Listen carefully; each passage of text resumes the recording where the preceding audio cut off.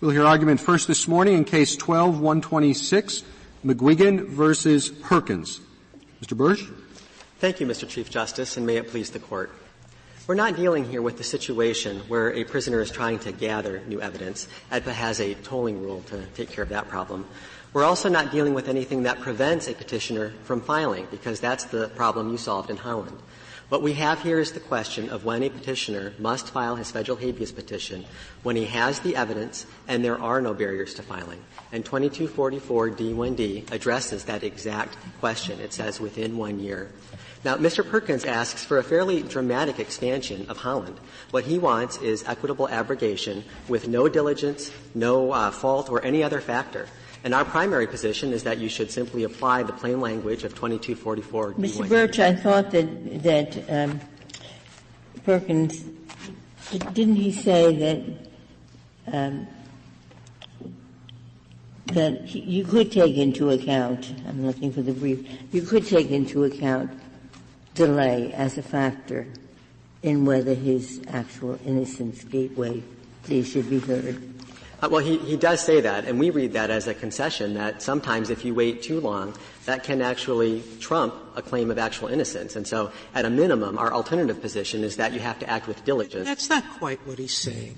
I mean, we've had a miscarriage of justice exception for as long as there's been a habeas statute. We've applied it repeatedly.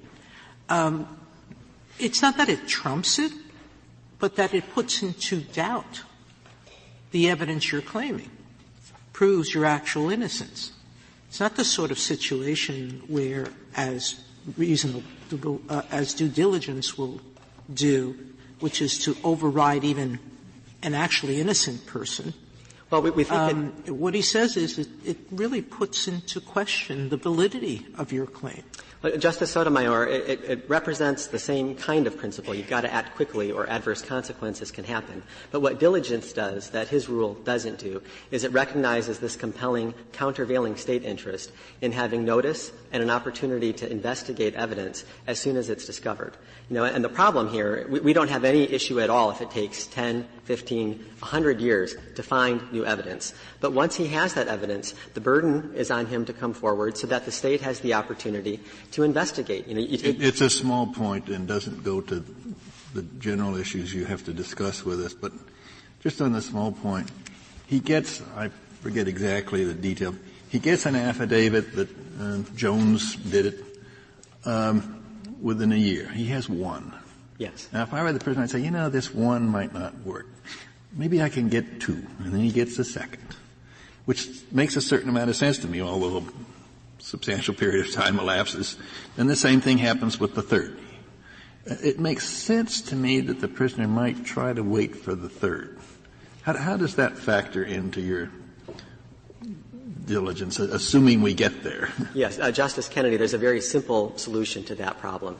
If he gets close to the end of his year and he thinks that that next affidavit might be just around the corner but he doesn't have it yet, all he has to do is file a protective habeas petition with the district court, ask for a stay, and say, I'm still diligently pursuing what I think is going to be another affidavit. And if he can't find that next affidavit, you litigate it on the merits. And if he does, then he amends his petition, and then you hear it. I'm not quite sure that wouldn't mean that you have a whole raft of petition protective decisions waiting on the shelves in the district court. That causes its own congestion problems in the district court, it seems to me. Two thoughts on that. First, we already see this in the exhaustion area. There are petitioners who are concerned that, notwithstanding statutory tolling for pursuing state remedies, that while they're monkeying around in state court, they might somehow be time barred from bringing their federal claim. So we see this all the time in the Sixth Circuit, in Michigan in particular, that someone will file their petition and ask for a stay while they exhaust state remedies. So, the pile really isn't going to be any different than it is right now. But the key difference between that scenario and the scenario that Perkins proposes is that when you have him file something, the state's on notice, they have an opportunity to investigate. Now, here we have his last affidavit from the dry cleaning clerk, and it's 10 years old. So even if Michigan could find that person, there's no way for us to meaningfully cross-examine her and investigate what she really knew or didn't know when she wrote that affidavit 10 years ago. And so with the file and stay, you preserve all of the rights, but yet you give the state the countervailing interest that the statute was meant to protect. And I do want to. What would it take to show diligence? And didn't he say that he tried to get a lawyer several times and was unsuccessful? Sure, and that's a very practical question that I'd like to address. Most of the habeas petitioners don't have lawyers, but filing the habeas petition itself is not something that takes great difficulty. Every district court on their website has a place where you click for forms. In the Eastern District of Michigan, when you click that, the very first two entries are habeas petitions for federal prisoners and state prisoners. And it's a relatively simple form. You check some boxes, say when your conviction was, and you write your claim. And then every federal district court in the country has full-time pro se staff attorneys who go through these pro se petitions. And if there's a legitimate claim there, then they can work that up for the judge if necessary, and the state will respond. I had some difficulty understanding what the Sixth Circuit was doing. Maybe you can help me with that. The district court, as I understand it, said to the petitioner, you lose for two reasons. First, you don't really have evidence of actual innocence, not enough anyway. And second, and I can understand that because the evidence, the most that is suggested by the affidavits is that Jones was a participant in this murder, not that Perkins was not responsible for the murder. But anyway, so you lose for two reasons. First, you don't really have evidence of actual innocence. Second, you weren't diligent. The Sixth Circuit grants a certificate of appealability only on the issue of diligence. And they say diligence doesn't make any difference. Well, where does that leave the petitioner? He's already lost on the question of whether there's evidence of actual innocence, and there was no appeal on that issue. Well, we're very confused about that, too. They do say in their opinion that the case is remanded to the district court to determine whether he's got evidence of actual innocence. Now, as you just pointed out, Judge Bell in the district court already made that determination. So maybe they're contemplating an evidentiary hearing or some further investigation, but it is curious because — Well, that may be what they're contemplating, but they can't get to the issue of whether the district court adequately addressed the issue of actual innocence unless that issue is before them. And the issue isn't supposed to be before them unless a certificate of appealability was issued. And there was no certificate of appealability on that issue. We agree with that 100%. So, was that argued to the Sixth Circuit? Did you argue in the Sixth Circuit that, and even assuming diligence, there wasn't enough here, and that's what the district court held? I believe that is the position of the State of Michigan, that because he confessed to his friends both before and after. But it was explicitly made to the Sixth Circuit. I believe that the Sixth Circuit argument did focus on the question of diligence. But, our opinion would be that even if this Court would use, what we call equitable abrogation to kind of wipe away the 1-year limitations period, and you would also disagree on diligence, and we don't think you should do that, that you would still reverse because there's nothing left to be done in the district court. This is not a case that rises to the very, very high threshold of proving actual innocence based on new evidence. I would like to get back to the statutory language. Where does that leave us? Let's assume. Well, that leaves you with a reversal in any of those three instances. We think that you should address the circuit split, which is the important question of do we apply the limitations period. And to turn to that, what I would like to do is set up an analytical construct. Bit of an advisory opinion in your judgment. Oh, no, it wouldn't be an advisory opinion. Sure it would be, because you're telling us that there's no proof of actual innocence. I'm saying that's so why don't we just say that? I'm saying that's an alternative ground to get to the same place. But the Sixth Circuit's holding was, consistent with some other circuits, that there is no statute limitations here, that you can get by with equitable abrogation, as we call it. It might be its holding, but as Justice Alito just proved, there's no basis for it because it didn't grant a COA on the substantive merits question. Right, but I think you're wholly within your right to address the merits question, and I would like to turn to that. The analytical construct I want to set up is that we've got three different categories of prisoners who claim actual innocence based on new evidence. In the first category, they use that new evidence only to try to establish innocence with no constitutional claim. And in Herrera, you say no federal habeas remedy for that. You have to go back to the state courts, executive clemency, prosecutorial discharging verdicts and things like that.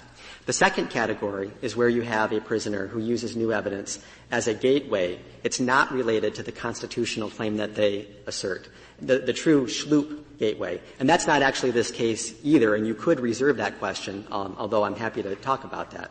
The case we have here is the third instance, where the evidence of actual innocence, the new evidence, is the factual predicate for the claim. And you could not find a provision more on all fours with that category than what Congress did in 2244d1d. And we know that Congress was thinking about actual innocence and schloop.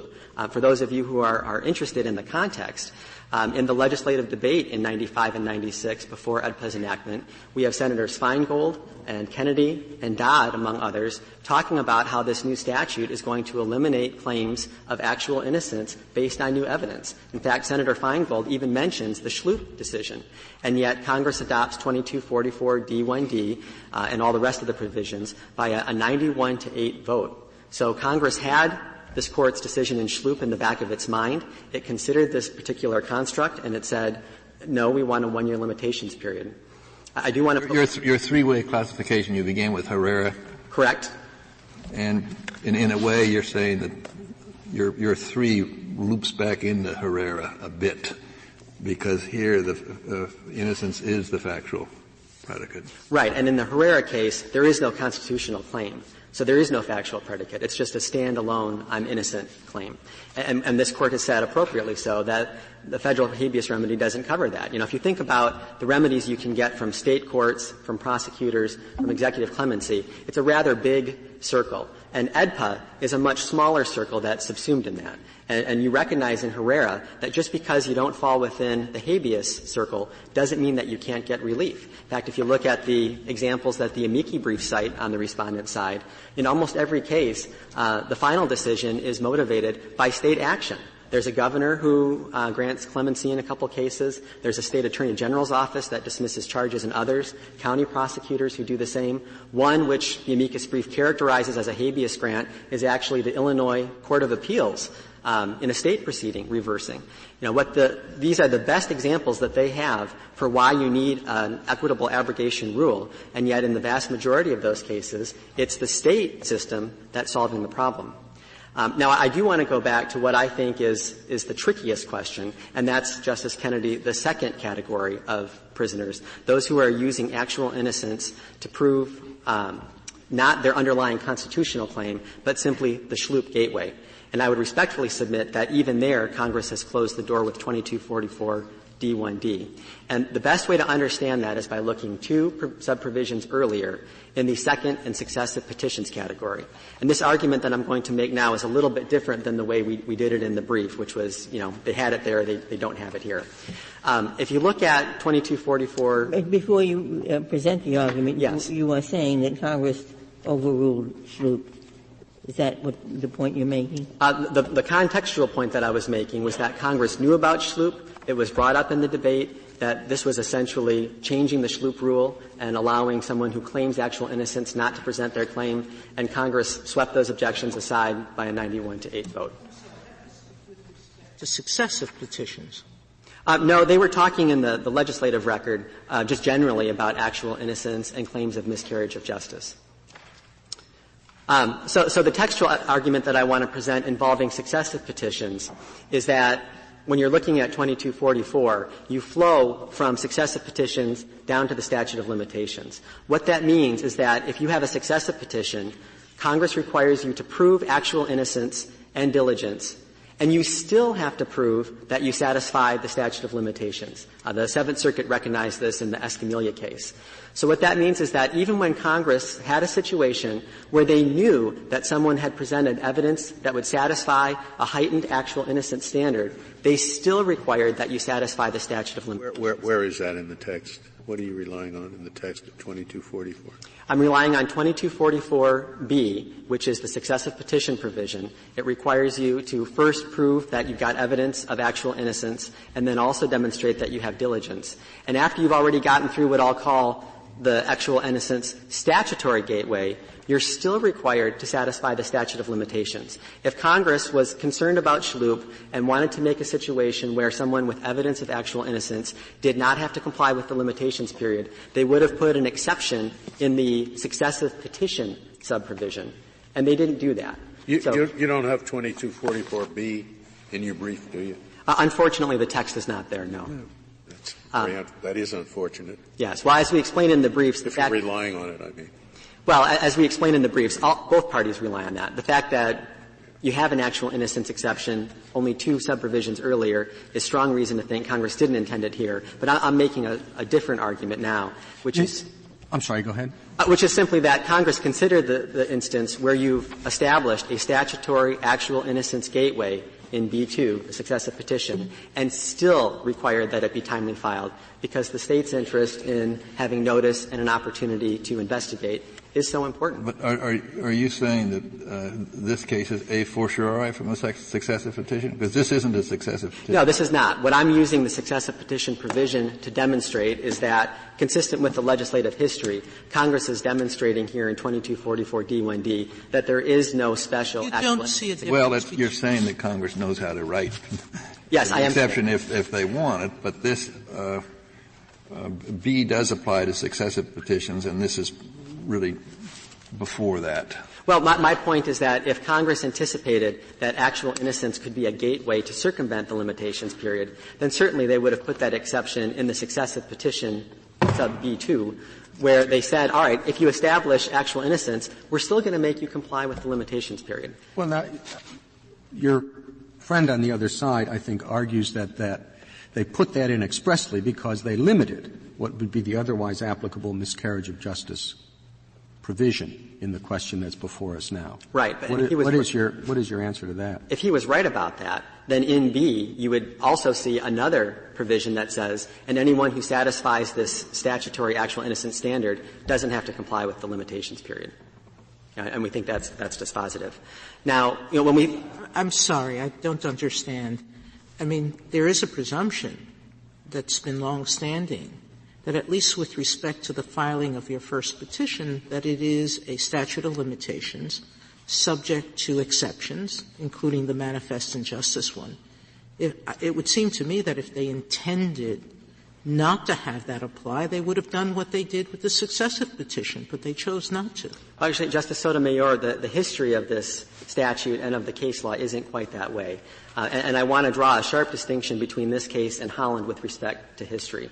With respect to equitable tolling, you did have decisions going back to the 1800s recognizing that federal statutes of limitations in all kinds of contexts, civil and criminal, were subject to equitable tolling. And so then in Irwin, 6 years before AEDPA, you actually create a presumption that if Congress doesn't specifically exclude equitable I'm not tolling. talking about that presumption. Right. I'm talking about of cause justice. and effect and manifest injustice. So the cause and effect, the manifest injustice, the actual innocence, really starts to develop in 1986. And it comes to fruition in Schloop in 1995, right before AEDPA is passed. Importantly, that exception was always applied to court-created procedural bars, never once to a federal statute of limitations. And obviously, the separation of powers considerations are quite different when you're talking about a court-created exception to a court-created bar versus a bar that's enforced by Congress itself.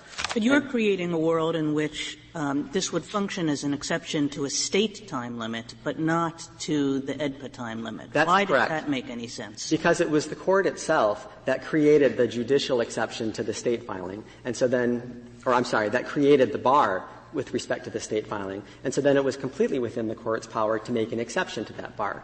But again here, the separation of powers considerations militate differently when you're talking about Congress doing the telling. And this Court has acknowledged in Launcher and Dodd and other places that Congress gets to set the parameters of habeas. But I thought we said in Missouri v. Holland that AEDPA was enacted against a background rule which stated that normal equitable principles such as this one, which had been applied everywhere to all procedural bars, that AEDPA suggested that those would that AEDPA was against a background that those would continue to apply. Well, it was a very short background, one with no Irwin-like presumption, and one that, again, had never, ever been applied to a federal statute of limitations. Well, why is the federal statute of limitations any different? Because it's Congress, and Congress is the one that's handcuffing the court with respect to the scope. Yes, but again, it's Congress, but we said in Holland that it's Congress, and AEDPA was drafted against this presumption that normal equitable principles would apply. Well, here's another way to think about it. If you imagine the template that you have on your Microsoft Word when you're doing a document, an opinion, whatever, you've got certain stuff that's on the template. And you said in Irwin that when it comes to equitable tolling, you've always got a subprovision Z, call it, in every federal statute of limitations that appears on that template. And so Congress has to do something affirmatively to strike that out. Because the miscarriage of justice exception had never been applied to any federal statute of limitations, there wasn't a miscarriage of justice exception sitting on the template. Congress was writing from scratch. But again, why would Congress have thought that there would be any difference with respect to a statute of limitations? Well, the biggest reason is because of the state interest in notice and investigating the evidence. When you're talking about the typical schloop. But that applies to states as well. Well, no, there you have stale claims, but you don't have stale evidence. And, we don't have any problem with litigating a claim that could have been litigated earlier and is going to be litigated now. But the world of evidence, the record that supports the claim, is already defined and is not going to change. The world we're dealing with in 2244 D1D is when new stuff has come forward. And if that new stuff sits in the jailhouse cell for 10, 20, 30 years, and we don't have an opportunity to talk to those witnesses, to do counter-investigation, then not only are we prejudiced with respect to delay and finality and things like that, but we're prejudiced with respect to the merits determination of what that evidence means. And when I talked about my three constructs, this case here where you're using the old evidence to establish the underlying claim, that's really the position where the state is in the worst possible position, because now you've got a dry cleaning clerk affidavit, a 10-year-old affidavit. We can't possibly cross-examine her. And yet not only is that their gateway, that's their substantive merits claim about why there was ineffective assistance of counsel. Why can't you cross-examine her? Is it just because the lapse of time and she won't remember? It'll be very difficult. And there are some examples in the amici briefs of the New York case, for example, where witnesses were completely unavailable. They had died, or one was out of state and because of mental infirmities could not travel. We all know that as time passes, evidence deteriorates, whether it's because of death or illness or simply forgetfulness. I certainly can't remember what I was doing 10 years ago today.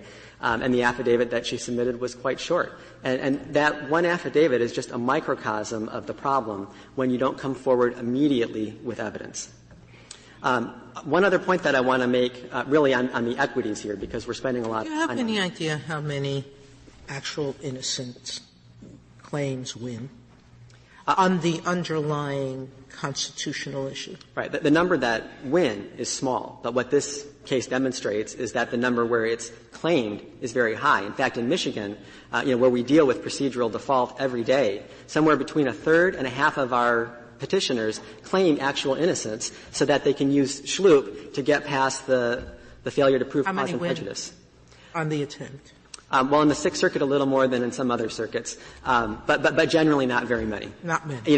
But this case is the perfect example. When you cut the court loose from the statutory requirement, you end up with what Justice Alito was describing, a situation where no one thinks that Mr. Perkins is actually innocent based on this new evidence. At best, it proves that he had a co-conspirator who helped him commit the murder together.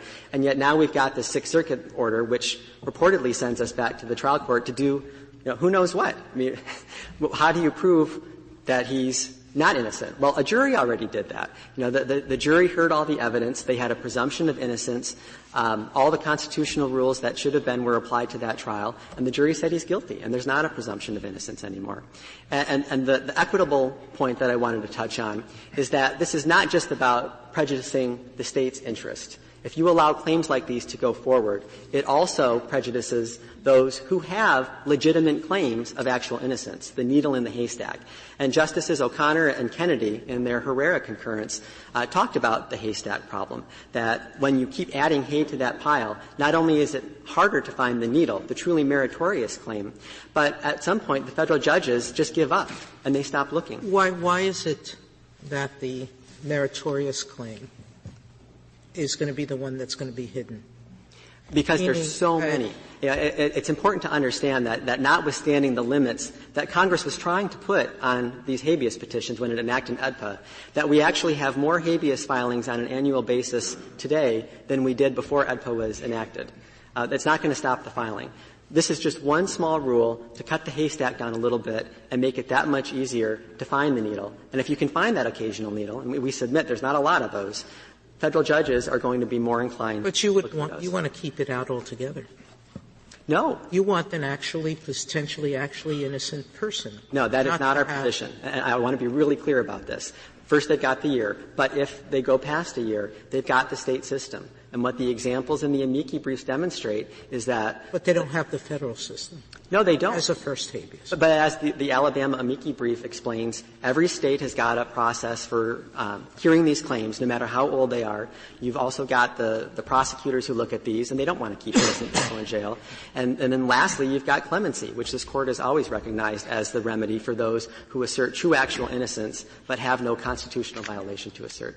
Unless there are further questions, I would like to reserve the balance of my time. Thank you, counsel.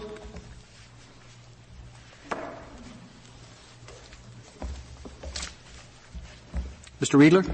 Thank you, Mr. Chief Justice, and may it please the Court. I'd like to start with Justice Kagan's question regarding the important background interpretive principle here that's set out in Holland. There, the Court held that long-standing equitable rules in the habeas context are incorporated into AEDPA, barring a clear command by Congress to the contrary. And the long-standing miscarriage of justice exception has had a well-settled meaning. It has allowed petitioners who can meet the high standard of showing actual innocence a procedural gateway around a procedural bar to allow them to present their otherwise barred constitutional claims in federal court. Before you proceed with that, can you address Justice Alito's point that the district court said there's no merit to this? It's not an actual innocence. It's not a valid actual innocence claim. And then the Sixth Circuit sends it back for the district court to decide something it's already decided. How do you overcome that the Sixth Circuit never reviewed the actual innocence question? The district court did and said this doesn't make it. That's correct, Justice Ginsburg. And with respect to Justice Alito's question, the report and recommendation from the magistrate denied this petition on statute of limitations grounds solely. It said it was too late and it missed the statutory period. At the district court level, the Court held that the statute of limitations was missed and there was no diligence. The Court believed there was a diligence requirement and said the petition failed for that reason. And then, as Justice Alito noted, the Court added some other language which said was not a weighing of the evidence, but the Court said that it felt that the evidence was not new in the sense that it was potentially reasonably known at the time of trial, which I think was one, the wrong legal standard, but two, was a misinterpretation of Schlupp, because Schlupp allows you to consider all the evidence old and new. And I don't think that's what the district court, I think, applied the wrong legal standard. So it wasn't actually getting to the merits. It didn't sort of set out all the evidence and weigh them. And then, Justice Ginsburg, you're correct that this was not part of the certificate of appealability. The certificate of appealability was limited on the narrow question of whether there's a diligence requirement. That factual issue is not before the Sixth Circuit. It's not before this Court as well. And what I think this Court should do is what it did in Schlupp, which is it announced the standard that would apply, and then it remanded the case back to the district court for application of the correct standard. Well, I don't understand that. The district court, you seem to suggest the district court was wrong in saying that there wasn't sufficient evidence for an actual innocence claim. Maybe that's the case. Maybe it was wrong. But if it decided that issue and the issue wasn't appealed, then the issue is settled. And that's the problem that I see. Now, how do you get around that? Justice Alito, I don't read I don't read the district court as actually getting to the merits. I think it applied a wrong legal rule and said I can't even consider the evidence because it's not new evidence. I think that was an erroneous interpretation. Under Schlupp, the Court has said many times that the Court can consider all the evidence old and new. And I think that case really turns on the equitable tolling. Did you ask for a certificate of – what other issues did you ask for a certificate of appealability on? Well, our client was acting pro se. What other issues did he ask for a certificate? Justice Alito, I don't have that in front of me. I don't recall the full contours of what he requested. The Sixth Circuit granted it on the one narrow issue, whether diligence was a requirement. Counsel, you say on page 17 of your brief that this Court has applied the manifest injustice exception to limits created by Congress. What's your best case for that? Yeah, absolutely, Mr. Chief Justice. Those cases are on pages 36 to 38 of the red brief, and I think my friend and I have a disagreement here. It's true that the rule has never been applied to the statute of limitations because there was no statute of limitations for AEDPA before the statute. But the Court has applied the exception to acts of Congress. It did so in Sanders. No, what do you mean acts of Congress? Your sentence says applied it to limits created by Congress. I read that to mean statutes of limitations, but that's wrong? Mr. Chief Justice, that's incorrect in the sense that there was no federal statute of limitations before AEDPA, but the Court had applied the miscarriage of justice exception to acts of Congress. So, for instance, in Sanders, the Congress had included in 2244 an ends of justice provision, which seemed to allow the Court to consider the ends of justice when considering whether to hear a successive petition, which is essentially the equivalent of miscarriage of justice. It did not include that language in 2255, and yet the Court read 2255 as also including the ends of justice requirement, hence the miscarriage of justice, even though the language wasn't there. In Kuhlman, but with 2255, remind me. For federal petitions. And said what with respect to federal convictions? Said what with respect to the time limits? There was language in both statutes regarding when you could bring a successive petition. The statute that applied to petitions out of state judgment, 2254, included an ends of justice provision, which said the Court could consider the ends of justice in deciding whether to take a second or successive petition. So when you said limits, you didn't mean time limits. You meant substantive limits? Well, no, procedural limits. Procedural limits. Do you have a case that applies it to time limits, which of course is the question we have here? We do. Now these would be state time limits. But right. Well, you said it limits created by Congress. So I should read limits created by Congress not to mean time limits, but procedural or other limits. Well, Mr. Chief Justice, there have never been any time limits. Right. I guess that's the point of my questioning and your friend's position. There have never been any time limits created by Congress that have been abrogated by a manifest injustice exception. I think I can agree with that because there was never a statute of limitations before AEDPA. Right. And the difference is in Holland we're dealing with equitable tolling, which had applied as far back as, whatever the law goes, to limitations. In other words, equitable tolling, which is different from the abrogation, I think, that you're asking for. Well, I don't think so, Mr. Chief Justice. Two responses. First, with respect to the timing issue, the Court had applied the miscarriage of justice exception to abusive petitions. So there's a timing concern invoked there because you're filing a second petition when you could have raised issues earlier. And the Court has said even in that timing context, not a statute of limitations, but it certainly invokes timing concerns that even in that instance, the miscarriage of justice would still overcome the rule. Well, you're asking for what is potentially a very big exception to the one-year statute of limitations. If you took a poll of all of the prisoners in Michigan, how many of them do you think would say they're actually innocent? Well, Justice Alito, I suspect very few of them could credibly say. Very few would say they're actually innocent? Well, I haven't done that study. I suspect very few of them would say that could credibly say that they're actually innocent. Oh, credibly say. But how many would say that they're actually innocent? A lot. And a lot would be able to come up with evidence that's equal to what the petition, what the respondent here has come up with. Now, do you think it's plausible that Congress, in establishing this new one-year statute of limitations, because it doesn't want these things to drag on indefinitely, intended to create an exception that broad so that anybody who claims to be actually innocent can at least get to the point where the Court has to decide whether has to weigh this evidence of actual innocence to see whether it gets over the threshold. Sure. Is that plausible given what Congress was trying to do in AEDPA? Absolutely, Justice Alito, for two reasons. First of all, the background presumption, of course, given the established nature of this exception, and back to Mr. Chief Justice's question, while this exception, as compared to equitable tolling in the criminal context, I think is actually more important because it goes to the ultimate equity, and that is innocence. But the background presumption is that Congress includes these foundational equitable rules, of which the miscarriage of justice exception is absolutely one of them, unless Congress expressly says otherwise.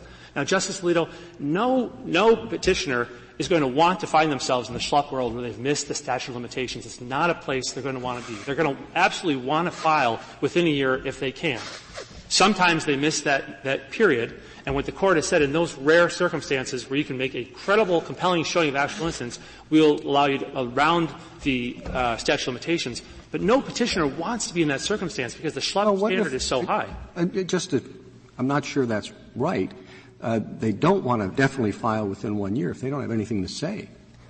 If it takes a certain amount of time before they either acquire it legitimately or can find somebody, or I don't know, in this case, the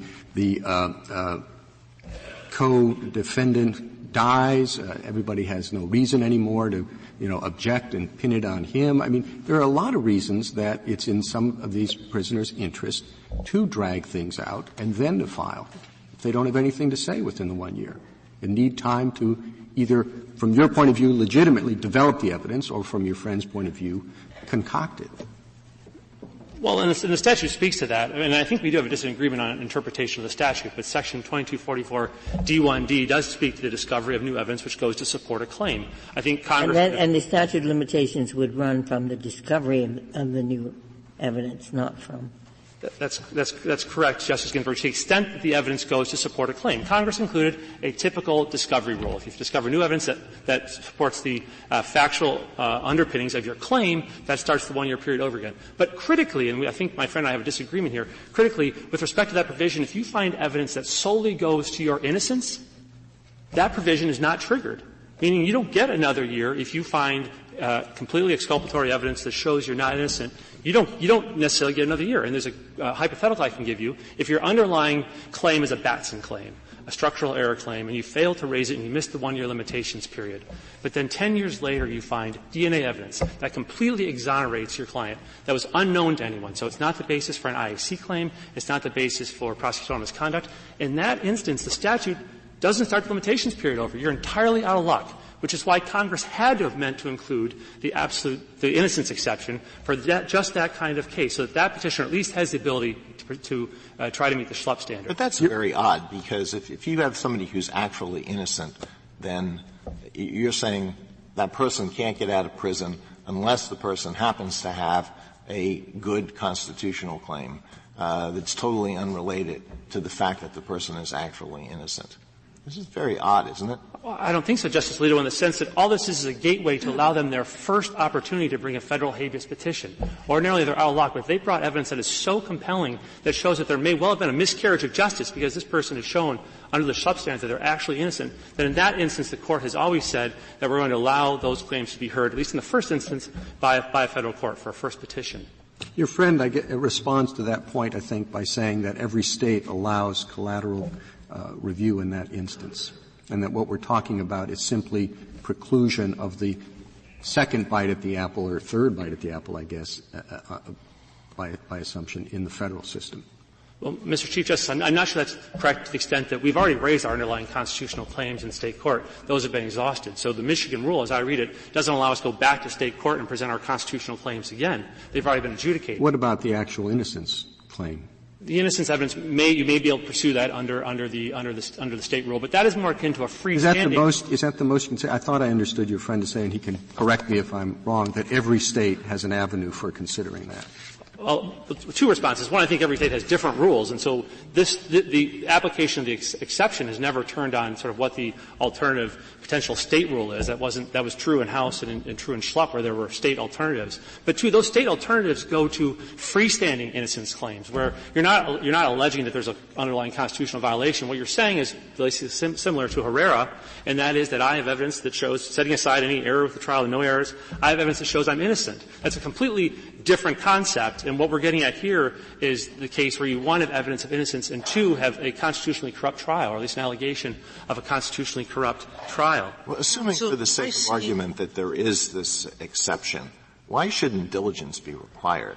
How can it be equitable to allow someone to bring a claim when the person has involving new evidence, when the person has not been diligent in presenting this new evidence to the court? Well, Justice Alito, for decades, this Court has never required diligence, and in fact, McCleskey has expressly rejected it, and the Court has noted that diligence has not historically been required under the standard because, as the Court said in House and in Calderon, the Congress raised the bar in two places in the statute. But the reason why is because, as Justice O'Connor said in her concurring opinion in Withrow with Chief Justice Rehnquist, that innocence is the ultimate equity.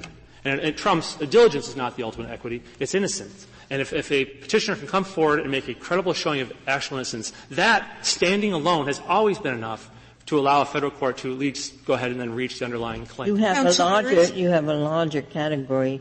You say miscarriage of justice. So one is actual innocence. You say the category is well defined. So what else would fit under this? And we can bring it up very late in the day. Anything else other than actual innocence would be in this category of miscarriage? Justice Ginsburg, I think the Court has always treated the phrase miscarriage of justice as synonymous with actual innocence, and that's the one thing it's getting at.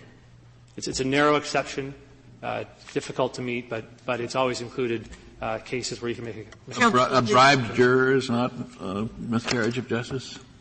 I'm sorry, Justice. A juror who's bribed, there's no miscarriage of justice there? Well, that would presumably be the basis for a habeas claim. Well, we're talking about the meaning of the term miscarriage of justice. It seems to me there are many serious errors that can be described by that general phrase. Well, Justice Kennedy, you want to say it's a term of art? Fine. Justice Kennedy, I'm relying on the Court's decades of decisions, many of which you've written in this area, where they've described miscarriage of justice in the habeas setting as the equivalent of incarceration of an innocent person, and that's what the exception is getting at. So is this boiled down to, I mean, you have a 1-year statute of limitations. Now, I guess suppose Hurricane Katrina came along and threw all the documents away for 2 months. I guess the Court could extend it, couldn't it? Well, that could be viewed as an impediment under the statute. There's a statutory provision for. Yeah, I mean, don't they toll it when when the courthouse burns down? It could be also a basis for equitable tolling, correct? All right. So you want to say, and that's also true when the person is actually innocent. If you can prove that, delay it. Is that what you're saying? I'm not sure if I fully understand the question. Well, you said it says 1 year, and it gives 4 criteria. And the 4 criteria sometimes are not exclusive. And you want to say yours is one of the times. That's true. They're not exclusive. And a different one you say is when he's actually innocent. That's correct. All right. If that's correct, then suppose that he purposely has delayed filing this until everybody's dead, so they know they can't prove it anymore. Well, then that raises a whole. Well, what is your answer? Different range of. All right, can he toll it under those circumstances?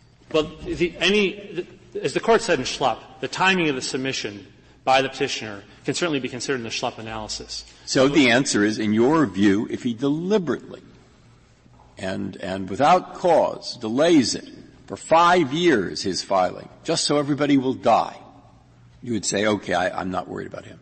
Well, Justice Breyer, is that right? Would you or would you? I would say that he can still attempt to avail himself of the settled miscarriage of justice exception, but the huge problem he's going to run into. Does he win or lose? He may well. I mean, what do you think? He may well lose at the Schlupp stage. I didn't ask that. I said, what do you think? Well, I don't have all the facts. I suspect he's going to lose. Yes, you do. I made up the hypothetical. Well, Justice Breyer, on those facts, I'm going to say he loses at the Schlupp stage because at Schlupp, which is one, an incredibly high bar to meet, but two, the Court expressly said at page 322 of the opinion that it can consider the timing of the evidence when it's submitted. So it already takes into account any sort of game playing that a petitioner may engage in when they're trying to assert their innocence. And how long did your — I'm just trying to — they admit that if he's diligent, it's okay. The State? Yeah. Well, the State's even if he's diligent? We believe he's diligent. The State's asking for a diligence requirement that the Court has never. The State's asking for a diligence requirement. You admit that there's a requirement that you have to not really use this as a sham and device. So we're pretty close. Well, there's never been a diligence requirement in this setting because that's not been the focus. But there is a sham and deliberate delay requirement. Well, not a diligence one, but there is a sham. I'm not trying to trick you. No, what I'm trying to say is maybe we're arguing about something that we could solve. That is, in fact, many of these people don't have lawyers. They don't understand the statute of limitations. They don't understand what diligence might be consist of looking later. You agree that shouldn't be a sham, shouldn't do it deliberately. All right, now if I'm thinking about that, how would you advise me to write it? I think the Court can just build on the principles it's already set forward in Schlupp in other places, and that is that there's never been a diligence requirement in this setting. And Congress, by the way, the intent of Congress was not to include a diligence requirement here, because in two places it did include a diligence requirement with respect to successive petitions or evidentiary hearings. So the congressional intent was not to include diligence. But there has always been a laches defense until Rule 9a was rescinded. That's correct, Justice Sotomayor. All right. So there's been some form, not of due diligence, but some form of check on a prisoner waiting so long that a state can't respond. The Justice Breyer's hypothetical. So he's asking you, I think, to tell us how to write it. So do we write it by saying there's no diligence requirement, but there is a sort of common law laches, although that's a hard argument to make because it was based on 9A until recently? Or do we just say it's equity, and equity would suggest that if it's contrived, the delay is contrived, that the evidence is suspect and shouldn't be credited? Absolutely. Two responses. First, just with respect to Rule 9a, Chief Justice Berger, in a concurring opinion to a dissent in Spalding, said that even the laches rule would give way if there was a colorable showing of actual innocence. With respect to the rule I would write the rule that's essentially already in place, and that is that the miscarriage of justice exception does not turn on diligence. It turns on whether you can show innocence. And in attempting to show innocence under Schlupp, the timing of the submissions is a consideration. So if there's been a delay that somehow hurts the state because a witness has died, or it appears to be that that's the fault, or that the petitioner was playing games in that context, I think that's a fair consideration under Schlupp. So that's established after some kind of evidentiary hearing, the delay, whether he delayed for a particular purpose or not? Well, it depends. If the petition is filed 3 weeks after the star witness dies, presumably the state will come back in their petition and note, one, all the evidence that they think goes against the petitioner's claim, but also they'll note that this happened, and the court could resolve it at that stage too. Why did your client wait 5 years after the last affidavit? Well, a number of reasons, Mr. Chief Justice. One, he was looking for counsel to assist him. Two, he continued to look for evidence. Three, he didn't have access to his legal papers. Many of his legal papers were lost in a prison riot and then a flood that occurred at this prison, so he didn't have access to those and had to regain those. For a period of time, he was denied access to the library and to a legal writer. So there were a culmination of reasons why he didn't do this, but I think two of the critical ones were looking for counsel and trying to develop more evidence. Well, as your adversary says, there's nothing really procedurally complicated about filing a federal habeas. There are forms. I've read hundreds of them that have been filed by pro se petitioners, and there's nothing technical about claiming I'm innocent of this offense. This is an illegal issue, something anybody can understand. I got my sister's affidavit. I have an affidavit by a third person. I have an affidavit by a person who worked in a dry cleaning shop. It shows that I'm actually innocent. What is the reason for waiting 5 years to file that? Well, Justice Alito, no rational petitioner is going to want to wait in that period, because if they file within the 1 year period, they go straight to review on their habeas claims, and they don't have to worry about any procedural gateway. So no rational. I don't understand your answer about why it took him 5 years from obtaining the last affidavit to the filing of the federal habeas. You said he couldn't get a lawyer. He really didn't need a lawyer to do this. He didn't have access to a library. This isn't a legal issue. It isn't a complicated legal issue. It's a factual issue that anybody who watches detective shows on TV can understand. Well, and Justice Alito, you're right. We're not arguing for equitable tolling here in the sense that he could have filed earlier. There wasn't a state impediment that stood in his way the entire period of time. And he should have filed it earlier, and had he filed earlier, then he would have gone straight to consideration of his underlying habeas claims and wouldn't have to worry about this high hurdle of satisfying Schlupp. But you think that Congress, which in AEDPA was trying to speed all this up and get rid of the delay and make things simpler, intended to allow that? You could wait 5 years, you could wait 10 years, you could wait 15 years. It doesn't matter. Well, that's what AEDPA was intended to do? Well, no, Justice Alito, you're correct that AEDPA was intended to delay or to end delay when possible. But as the Court said in Holland, AEDPA was not meant to end every delay at all costs. And I think this is exactly the situation they had in mind. In Calderon, the Court recognized that the miscarriage of justice exception is consistent with AEDPA because it arises so rarely that in the vast majority of cases the finality and comity concerns that the State has are honored because there's no additional proceeding. The petitioner will not meet the high Schlupp standard and the case will end. But in the rare case where a petitioner can satisfy Schlupp, the Court has always said that the courthouse doors in that circumstance will be open to review of your first Federal petition. The Second Circuit, when it had a similar case, the Second Circuit itself said that actual innocence is rare. This is such a case. This is a case where the alibi that he had was established by forensic evidence, airtight. He was someplace else. The Second Circuit didn't send it to the district court to decide the actual innocence. It decided that itself and then said, district court, now you deal with the questions that the petition is raising, the constitutional questions.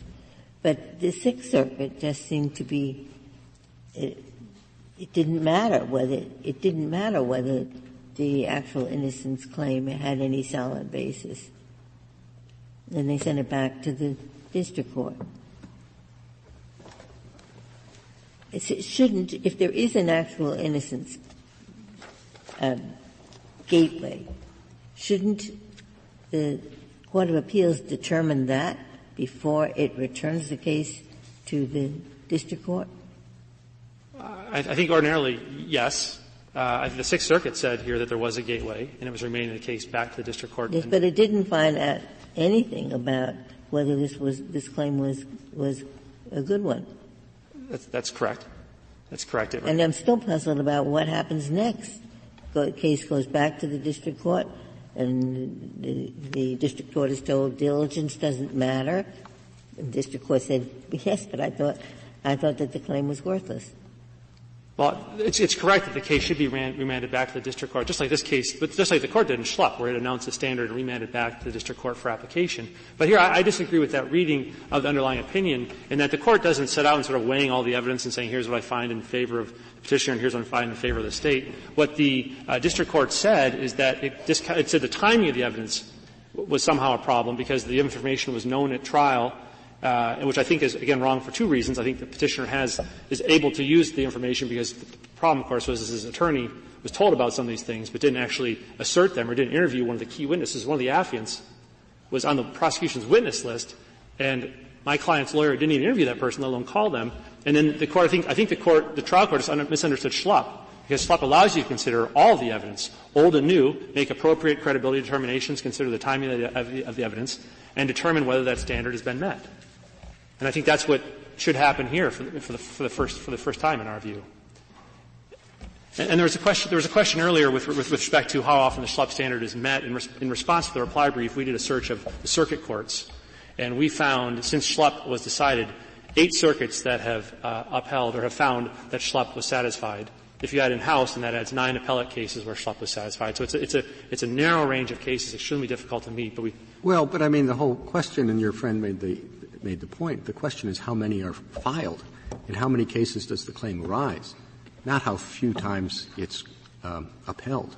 Sure. Well, Mr. Chief Justice, I suspect no matter the rules, there will always be filings by petitioners, and many of those may be frivolous. But as the Court has said in Panetti and other cases, unmeritorious petitions can be dismissed at the earliest course, and it's consistent with habeas rule 4. That's what should happen in this instance too. But how do you know which of these are meritorious and which aren't? Is this a meritorious? I assume you think this is a meritorious one. We do, and yet, Justice. Your friend says nobody can reasonably think this person is innocent. Maybe he has constitutional claims, but if you look at the evidence, is this something at the preliminary stage you look and say, oh, this guy's clearly innocent, this goes forward, or is it one that you can cast aside? I don't think it's one you can cast aside. I think you have to give this more development. And by the way, he was proceeding pro se. I think when the case is remanded with the assistance of counsel, he can better present the evidence and present some other things to make the showing stronger. And I think we can meet the Schlupp standard. If there are no further questions, we'd ask that the Sixth Circuit be affirmed. Thank you, counsel. Mr. Bursch, you have 4 minutes remaining. 3 brief points about Holland and some closing thoughts about diligence. With respect to Holland, I want to note, first of all, that there you were dealing with legislative silence. Everyone agreed that Congress had not said anything about equitable tolling. And as I explained earlier, when you consider the 3 categories of defendants who claim actual innocence based on new evidence, this situation here, where the new evidence relates to the factual predicate of the constitutional claim asserted, that's where Congress most clearly meant to have the limitations period apply. So it's very different. With respect to equitable tolling applying to acts of Congress, everyone recognizes that. Mr. Chief Justice, you note that this has never been applied to limitations. I actually have to take issue with my friend's statement that Sanders and Kuhlman somehow took a different tack, because in both of those cases, what Congress did is it left it to the district court judge's discretion to do or not do something. And all this court said was, well, if they've got discretion, then they can still have an equitable exception. So even in those cases, this miscarriage of justice exception has never, ever been used to override a congressional act.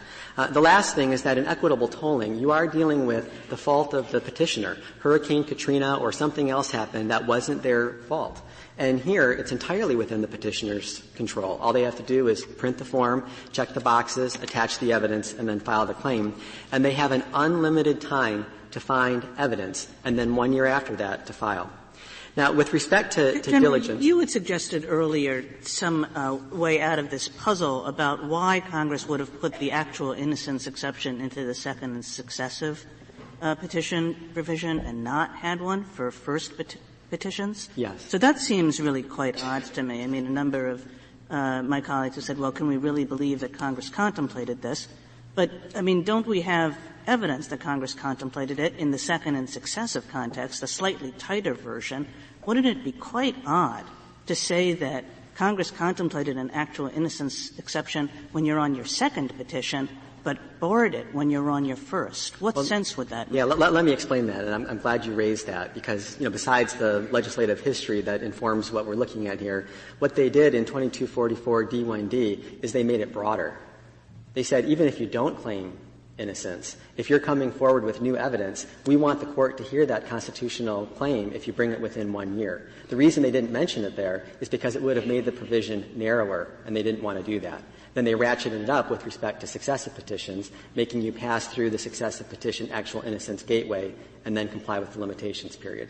So that's the explanation consistent with the legislative history.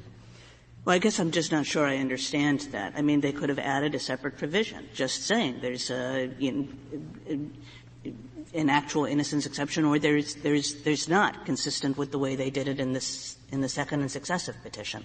Right, they could have, but again, that would have limited D1D. Well, it didn't have to. Why would it necessarily have limited D1D? Well, if they said there's an exception for those who claim actual innocence, the implication is for those who don't claim actual innocence, you're out of luck. Well, you just make the converse clear.